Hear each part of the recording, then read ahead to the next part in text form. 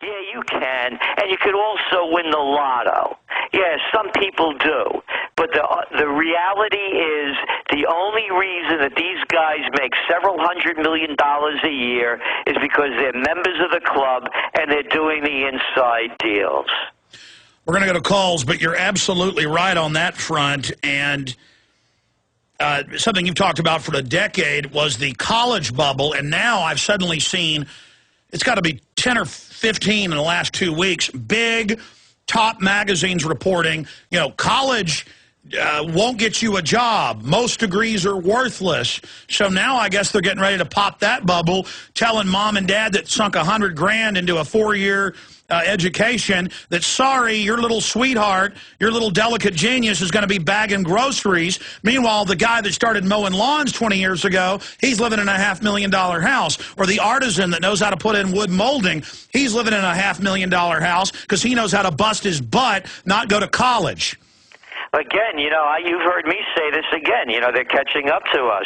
And it's a waste of money unless you're going for a degree that's going to pay a return on investment. I read this story. And this woman, she's $100,000 in debt, went to NYU, and I'm slaving through this rotten story to find out, I wonder what she took. You know, she took women's history and religion. And you went to college for that? I mean, she could have sat there and read 20 books and gotten the same knowledge. Exactly. And become an apprentice. Start getting out there and go the old way it used to be. Don't waste your money on a degree in business administration. Right. Find a company where you can work hard, where you've got upward mobility, where you get rewarded for smarts and hard labor. Folks, this country was built on people busting their butts, not on working for mega global corporations. Let's talk to Michael in Florida. You're on the air, Michael. Hey, Alex. Hey, buddy. Hey, Mr. Celente. I want to thank y'all for, you know, at least talking to people, caring enough, and, you know, sticking to what's important. Because you have a lot of times, I heard you talking to people who disagree. A lot of times people just want to say red because you said blue. You say the sky is blue, they'll say it's red. Well, that's another point. How much have I been right about? How much is Gerald and Dr. Roberts? But it's not even that hard. If you study history, study how these elites operate. I mean, we're telling people common sense, and still the establishment tries to make fun of us. But it doesn't matter. Their stock's going down, our stock's going up. Ignoring the truth doesn't make it go away. Yes, sir. You know? And a lot of people, you know, you have to beat them with the truth because a lot of times people come against you when you're telling the truth. Your truth is your sword against them. Now, their sword is, you know, based off what you're saying, they're going to try to pervert it and turn it around, everything that you're saying, but you have to keep beating them in the face with the truth because that's what they run from. Yeah, I don't care what anybody says, just so you know that. When people say to me, you know, this one, what do I care? I don't care what they think. The motto of the Trends Research Institute is think for yourself. We don't tell anybody what to think. We just put the facts down and we give our analysis. And nobody tells me what to think. If they disagree with the facts, I'll debate them on that. But you know, we're, again, being a political atheist, it's not what you wish, what you want, or what you hope for. It's just what is. And the what is now is that we believe that 20% of the people in this country that aren't suck-ups or sold out could change the direction of this country. It's a time for rejuvenation, to bring back the best of what used to be, and stop listening to all these people that can tell you what it could be if you keep following their course to disaster. Exactly. Michael, great points. Jeff in Texas, you're on the air with Gerald Celente. Jeff, your phone doesn't have its audio turned on. I can hear you mumbling barely. Go ahead, Jeff. Let's move on. Kelly in Georgia. Kelly, you're on the air. Yes. Hi, gentlemen.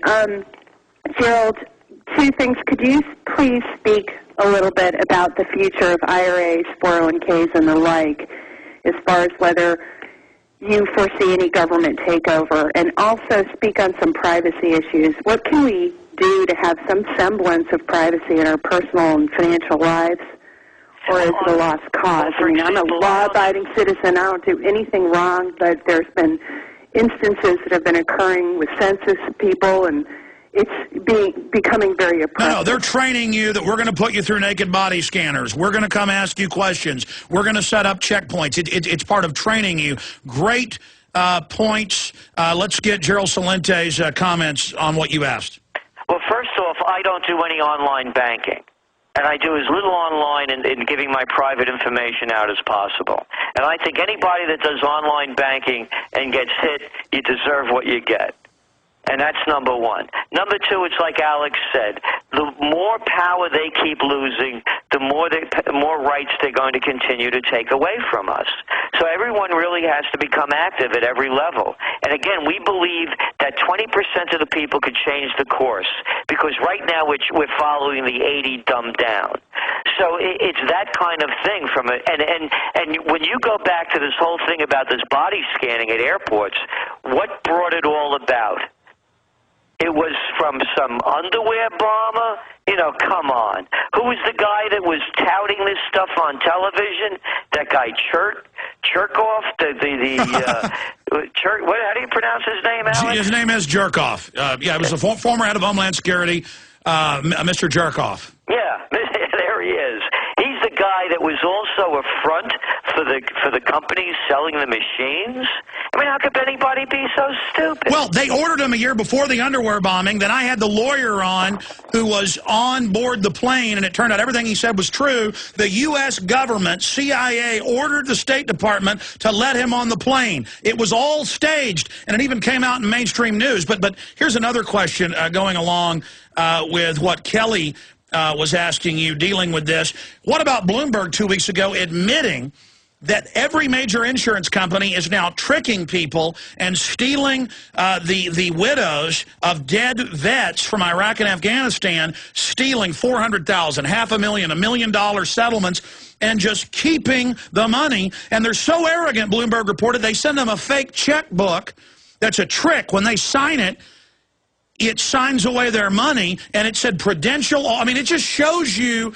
And then now they're announcing, oh, the government's ordering private pension funds to invest in failed banks. So they're already stealing the money. Yes, they are. And on the question of will the government become involved in taking over pension funds, et cetera, they're capable of doing anything. And unfortunately, I have to put money in IRAs because of tax purposes, so for my retirement program, or else I wouldn't at all. And you know me, I don't believe in investing in stocks, and I only invest in gold and different currencies. And my currencies are only hedges against one going up and the other going down, so I preserve my wealth. We're going to go to break in the final segment, jam in calls from John, Dan, and Tony. We may even get to one of them now, but I want to roll some video for PrisonPlanet.tv viewers. For radio, I'll talk over it. This is about 2 hours ago when Obama arrived in town, and you see the dozens of motorcycles, scores of vehicles, the highway shut down for the emperor to arrive in Austin, Texas, and they've shut down much of downtown. He's going to be speaking a little bit after 2 at the UT Gregory Gym at 2 p.m. There's a protest down there against him. There's also some of his zombies who want a free lunch down there, so I suggest folks head down there now. He's always late, so you'll be able to get there in time to protest him before and after when he leaves UT's Gregory Gym. But we launched another keyword today. We've done this 8 times. Every time we do it, it becomes the #1 search term. Today we're searching his real name, Barry Soetoro. And then that'll become the #1 search term, hopefully, in the next few hours. Then that will link them to the PrisonPlanet.com article, Barry Soetoro, a.k.a. Barack Obama's political dynasty, crashes and burns. Gerald, is it good news that normally it takes 2-3 years for people to wake up to a president being a puppet? This time it happened in a matter of months. And they had sold him as our messianic leader, and now he's basically, it's easier to sell, dog do off the sidewalk to somebody than Obama. Does that not show the awakening's happening? It shows the awakening's happening, but anything could happen after that. Let's go back to George W. Bush. Remember how people looked at him in the polls before 9/11. He was the incompetent that people thought he was. But all of a sudden, he becomes the decider-in-chief, creates this war on terror, and people start believing this guy. So anything could happen, Alex. If there's a terrorist strike, and we believe there's going to be, considering U.S. foreign policy, if there's a war, you know it's not going to be as though the United States deserves it. It's going to be look like another Gulf of Tonkin incident where it's fabricated. And then we've got to get behind him, and we've got to do everything he says, government, health care, police state, because he's our big daddy. You got it. And you were trying to say something when I interrupted. No, that was it. They'll make it seem as though that they're protecting us, and that the people will rally around him. They do it all the time, and they know it. These manipulators in the White House are not stupid. They're very shrewd, and they know what will pull the people's heartstrings. If there's another, and as I said, another terror strike, an incident, this one won't be a Gulf of Tonkin strike. It'll be a Gulf of Hormuz. So it'll be that kind of thing. Well, they're even bragging, Robert Shapiro and the Financial Times and others, saying he must have an Oklahoma City or 9/11 or he's politically destroyed. He needs this to look strong. Well, then who has the motive to stage the terror attack if they're admitting this will help them, Gerald? Well, whether it's motivated or not, it's certainly, I will say this uncategorically, it's instigated. Very good points. Final segment with Gerald Celente straight ahead. I'm Alex Jones with Infowars.com. Don't forget the network website, GCNlive.com, and Gerald's site, FriendsResearch.com. We'll be right back. We're making the search term Barry Soetoro today, S-O-E-T-O-R-O. People will find out his real name. He's an Indonesian citizen. Forget the Kenya stuff. This is documented. I want to just take a few final calls here with Gerald with quick comments or questions. Let's talk to John in Wyoming, then Dan, Tony, and Tim. John, you're on the air. Go ahead. Thank you, Alex. I served in the submarine service during the Vietnam War, and I'm wondering, Gerald, do you believe it was the North Koreans who torpedoed that South Korean patrol boat, or was it one of our submarines who did that in order to try to precipitate a major war with North Korea? One of the things that I've learned to do, and it's become very enjoyable for me, is I start watching Russian TV and China TV. You can get it on the cable channels. And I was listening to a Chinese expert who categorically denied that that was a torpedoed from North Korea. He said, and he went on with the evidence.